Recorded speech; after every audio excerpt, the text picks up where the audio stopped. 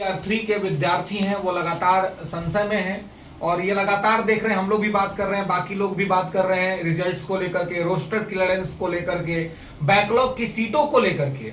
और ये लगातार इस पर जो है इतनी सारी बातचीत होने के बाद भी सरकार के कान पे जूं नहीं रेंग रहा है और सरकार इस पर कुछ भी बोल नहीं रही है।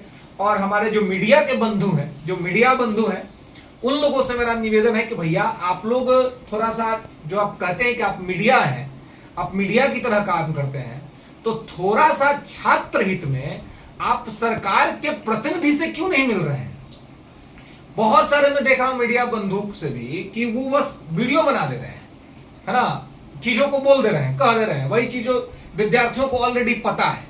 जब आप ये कह रहे हैं कि आप मीडिया में हैं, आप मीडिया की तरह काम कर रहे हैं, तो आपको शिक्षा मंत्री से जाकर के मिलने में क्या दिक्कत है, आपको सरकार के प्रतिनिधियों से मिलने में क्या दिक्कत है। आप तो जा सकते हैं ना, अब जाइए, अब जाकर के वहां से खबर लेकर के आइए।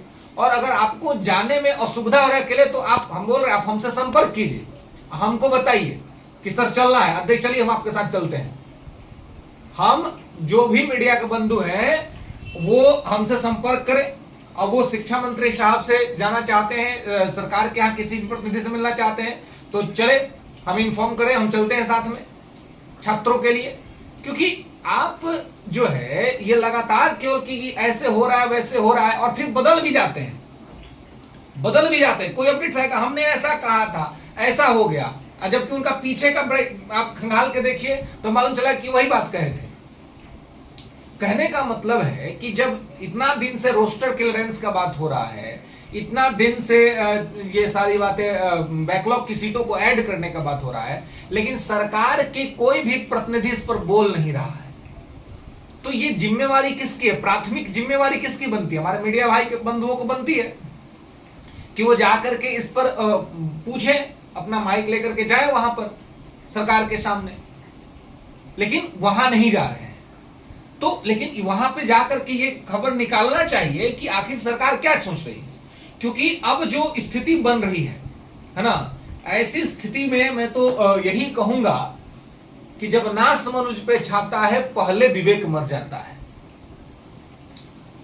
चुनाव आगे सामने है और एक जो ये सब सारा चीज निकल के सामने आ रहा है कि चुनाव को देखते हुए सरकार जो है वो TR3 को लंबा करेगी और TR3 को लेकर के चल जाएगी जनवरी तक, और फिर उसके बाद फरवरी मार्च के अप्रॉक्स में वो TR4 की बात करेगी और उसको लेकर के अगस्त तक चली जाएगी और एकदम एग्जाम से थोड़ा क्लोज पर TR4 का रिजल्ट देगी, ताकि TR3 और TR4 दोनों पर चुनाव भुना लिया जाए। लेकिन मैं सरकार को यह कहना चाहूंगा, व्यवस्था को यह कहना चाहूंगा कि साहब, विद्यार्थी मूर्ख नहीं है। अब वो समय नहीं रहा कि अब विद्यार्थी चीजों को समझ नहीं रहे हैं। अगर उनके हित में निर्णय नहीं लिया गया तो चुनाव का रिजल्ट जो है वो इंपैक्ट हो सकता है। विद्यार्थियों को नॉन सीरियस लेना ये सरकार के लिए मतलब अच्छा साबित नहीं हो सकता है। सरकार को चाहिए कि विद्यार्थियों के जो मुद्दे हैं उस पर आंदोलन भी हुआ, वन कैंडिडेट वन रिजल्ट को लेकर के तुम आंदोलन हुआ, बड़ा आंदोलन हुआ। हालांकि वो उसे भी सरकार ने सक्सेसफुल नहीं होने दिया और आंदोलन के जो नेता थे उनको पकड़ के जेल में बंद कर दिया गया। सुबह आंदोलन बिखर गया और आंदोलन का कोई वर्डिक्ट नहीं आया, आंदोलन पर कोई सरकार का फैसला नहीं आया, कोई बातें नहीं हुई। उसके बाद से लेकर के लगातार बैकलॉग सीट एक बड़ा मुद्दा बना रहा। तो हम तो यही कहेंगे कि देखिए, अगर आपको जो है इस तरह से चीजें हो रही है और कुछ क्लियर नहीं है, तो एक बार फिर से आंदोलन की आवश्यकता है। और आंदोलन अब केवल बैकलॉग के लिए नहीं, बैकलॉग और डॉक्यूमेंट वेरिफिकेशन दोनों, वन कैंडिडेट वन रिजल्ट, हम बार बार कर रहे हैं कि वन कैंडिडेट वन रिजल्ट पर सरकार जो है वो हमेशा से एक ये कहते रही कि हमें उसमें दिक्कत होगी, समस्याएं होगी।